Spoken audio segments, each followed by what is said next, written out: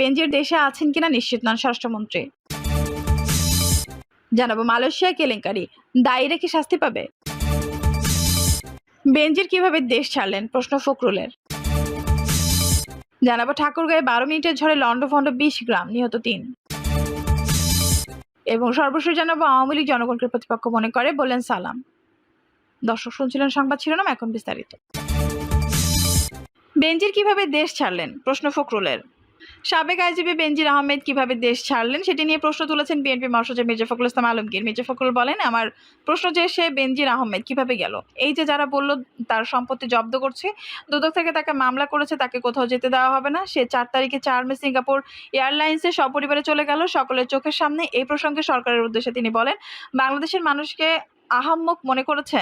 বাংলাদেশের মানুষ তো আহাম্মক না, সবাই বোঝে যে এগুলো হচ্ছে আপনাদের সরকার লোক দেখানো প্রতারণা, যেভাবে এখন পর্যন্ত প্রতারণা করে আপনারা দেশ শাসন করেছেন। বিএনপি মহাসচিব বলেন, শুধু বেনজির নয়, এক আজিজ আহমেদ নয়, অসংখ্য আজিজ আর বেনজির তারা সরকার তৈরি করেছে। সবসময় মনে রাখতে হবে, এরা বাংলাদেশটাকে একটা লুটের সাম্রাজ্যে পরিণত করেছে, বর্গীর দেশ পরিণত করেছে। এখান থেকে আমাদের দেশটা রক্ষা করতে হবে। সরকার পতনে চলমান আন্দোলন প্রসঙ্গে বিএনপি মহাসচিব বলেন, আমরা নতুন করে আবার জেগে উঠেছি, নতুন করে আবার কাজ শুরু করেছি। জয় আমাদের হবে, আমরা সত্যের পথে ন্যায়ের পথে লড়াই করছি।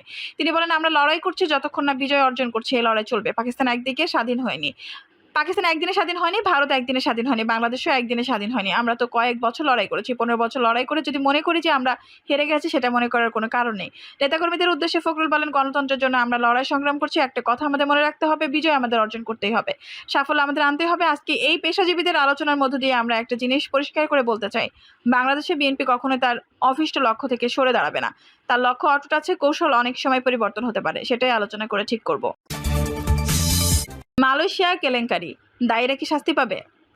শেষ পর্যন্ত 30,000 কর্মী মালয়েশিয়া যেতে পারেনি। তারা কেউ 4 থেকে 6 লাখ টাকা পর্যন্ত খরচ করেছেন, অনেকে জমি জমা বিক্রি করেছেন, নিঃস্ব হয়ে সবকিছু হারালেন। এই সমস্ত নিম্ন আয়ের মানুষগুলো, তাদের কান্না শুক্রবার বিমানবন্দরকে ভারী করে তুলেছিল। প্রশ্ন হলো যে এই 30,000 কর্মী যে মালয়েশিয়া যেতে পারলো না, সমস্ত জীবনের সঞ্চিত সমস্ত টাকা ধার দেনা করে, টাকা গচ্ছিত রেখে কিছু রিক্রুটিং এজেন্সির গাফিলতির কারণে তাদের জীবনের ঘোর আমানিশা নেমে আসলো, তারা কি করবে?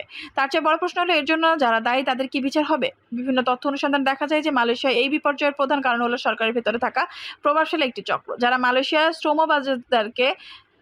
মালয়েশিয়া শ্রমবাজারকে নিয়ন্ত্রণ করত। তথ্য অনুসন্ধান দেখা গেছে যে 4টি রিক্রুটিং এজেন্সি তারা মালয়েশিয়ার এই শ্রমবাজারকে একচেটিয়াভাবে নিয়ন্ত্রণ করত। সরকারি রেটের বাইরে তারা ইচ্ছেমতো শ্রমিক পাঠানোর জন্য ফি ধার্য করত, এবং হিসাব করে দেখা গেছে যে 1.5 বছরে তারা 4.5 লাখ লোককে বিদেশে পাঠিয়েছেন এবং 20,000 কোটি টাকার বেশি হাতিয়ে নিয়েছেন।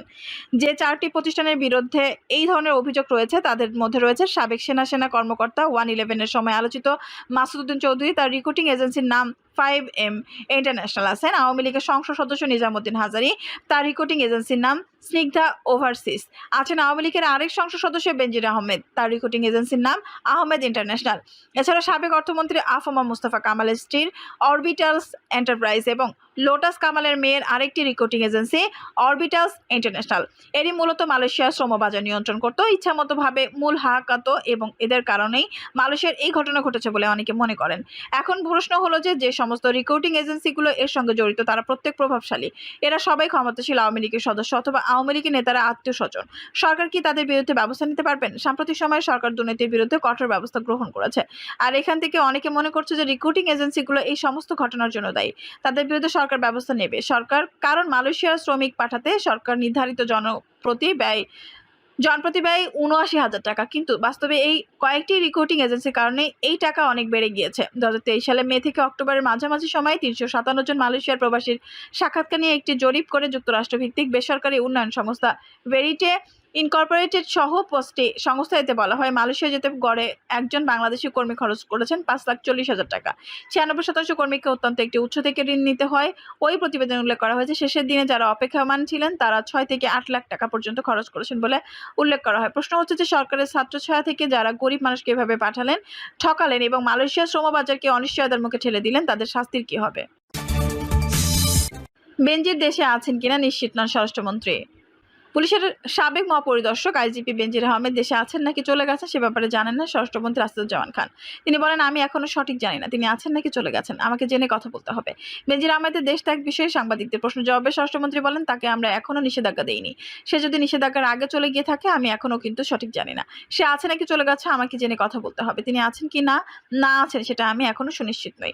আমার পুলিশ বাহিনী অনেক ভালো কাজ করছে, অনেক চ্যালেঞ্জ মোকাবেলা করেছে। কোনো ব্যক্তি যদি কিছু করে থাকে তার দায় প্রতিষ্ঠান নেয় না।